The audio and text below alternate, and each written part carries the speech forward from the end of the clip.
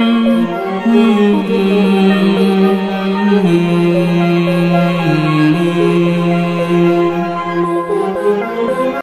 اللہ الرحمن الرحیم۔ آج کے اس پروگرام کے حوالے سے حیدرآباد سے ہمیں خط لکھا ہے جناب غلام رسول صاحب نے۔ پوچھتے ہیں کہ قرآن مجید میں اللہ کا فرمان ہے کہ جب تم نشے کی حالت میں ہو تو نماز کے قریب نہ جاؤ، اس کا کیا مفہوم ہے؟ اور نشے کی حرمت والے حکم کی کون کون سی صورتیں ہیں کہ جن کے بارے میں اللہ اور اس کے رسول صلی اللہ علیہ وسلم کی تعلیمات ہمیں ملتی ہیں؟ دیکھیے، یہ بات درست ہے۔ اللہ تعالیٰ کا فرمان ہے کہ لا تقربوا الصلاۃ وانتم سکارا، کہ جب تم نشے کے عالم میں ہو تو پھر نماز کے قریب مت جاؤ۔ پہلی حکمت یہ ہے کہ جو شخص بھی نماز ادا کرتا ہے تو نماز خالصتاً اللہ تعالیٰ سے راز و نیاز کا ایک ایسا عمل ہے کہ جس میں ہر لفظ سوچ سمجھ کر ادا کیا جاتا ہے،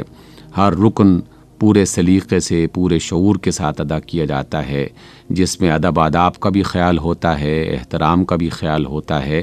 اور نبی صلی اللہ علیہ وسلم کی سنتوں کی ادائیگی اس کا بھی اہتمام کیا جاتا ہے۔ وہ شخص جو کسی بھی وجہ سے ایسی ذہنی کیفیت میں مبتلا ہو گیا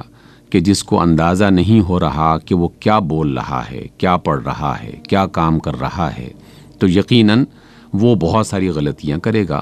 ہو سکتا ہے کہ وہ رکوع کیے بغیر سجدے میں چلا جائے،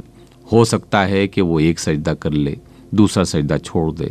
ہو سکتا ہے کہ وہ نماز کا کوئی رکن ہی نظر انداز کر دے۔ جو آیات اس میں پڑھ رہا ہے، جو تسبیحات اس میں پڑھ رہا ہے، اگر اس کی طرف توجہ نہیں ہے اور اس کو سمجھ میں نہیں آ رہا تو وہ کیا کر رہا ہے، تو یقیناً اس کی نماز وہ نماز نہیں ہوگی جو اللہ تعالیٰ کا حکم ہے اور جو اللہ کے رسول صلی اللہ علیہ وسلم کی سنت ہے۔ اس بنا پر اللہ تعالیٰ نے یہ حکم دیا۔ مفسرین میں سے ایک رائے یہ ہے کہ یہ حکم اس وقت تھا کہ جب ابھی شراب کے منع کرنے اور اس کے حرام ہونے کا واضح حکم صادر نہیں ہوا تھا۔ اس میں کوئی شک نہیں کہ اس کا ایک جز اسی کے ساتھ تعلق رکھتا ہے، کیونکہ اس کے بعد باقاعدہ حکم آ گیا کہ شراب اور اس طرح کی جو مختلف چیزیں ہیں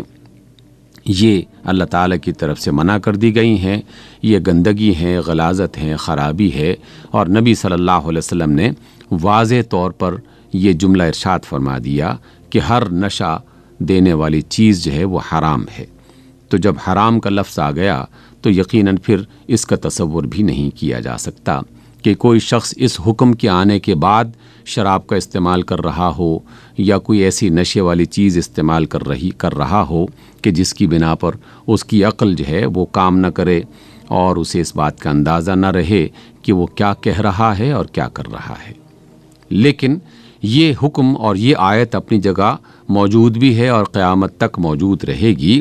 کیونکہ نشے کی مختلف ایسی صورتیں کہ جس میں باقاعدہ کوئی نشہ آور چیز انسان نے پی نہیں ہوتی لیکن کسی بھی وجہ سے وہ اس کیفیت میں جا سکتا ہے۔ مثلاً فوڈ پوائزننگ کی شکل میں انسانی دماغ خراب ہو جائے یا اس کی حالت خراب ہو جائے، جس کی بنا پر وہی کیفیت پیدا ہو جائے کہ اس کو سمجھ میں کچھ نہیں آ رہا، یا پھر انتہائی تھکن اور نیند کا اس قدر شدید غلبہ کہ جس میں اسے اندازہ نہ ہو کہ وہ کیا کہہ رہا ہے اور کیا کر رہا ہے۔ فقہا کا اس بات پر اتفاق ہے کہ ایسی حالت میں نماز ادا کرنے کے بجائے آدمی کو کچھ آرام کرنا چاہیے۔ اگر وہ واقعی اس کیفیت میں ہے تو محض معمولی سی تھکن کی بنیاد پر نماز کو نہیں چھوڑا جا سکتا، اور ذرا سی نیند کا غلبہ آیا ہے تو اس کی بنیاد پر نماز کو نہیں چھوڑا جا سکتا۔ اگر وضو کے ذریعے سے نیند کا وہ جو غلبہ ہے وہ ختم ہو سکتا ہے اور تھکاوٹ جو ہے وہ اس کو برداشت کیا جا سکتا ہے تو پھر تو نماز ہر صورت میں ادا کرنی ہے۔ لیکن اگر وہ انتہائی شدید حالت میں داخل ہو چکا ہے کہ جس میں بعض اوقات انسان کو کچھ بھی پتہ نہیں چل رہا ہوتا کہ وہ کیا کہہ رہا ہے اور کیا کر رہا ہے، تو یہ بھی نشے کی ایک ایسی صورت ہے کہ جس میں نماز کے قریب نہیں جانا چاہیے۔ لیکن یہ بات بالکل یقینی ہے کہ اللہ نے اور اس کے رسول صلی اللہ علیہ وسلم نے ہر طرح کی نشہ آور چیز حرام کر دی ہے اور اس کو استعمال کرنے سے منع فرما دیا ہے۔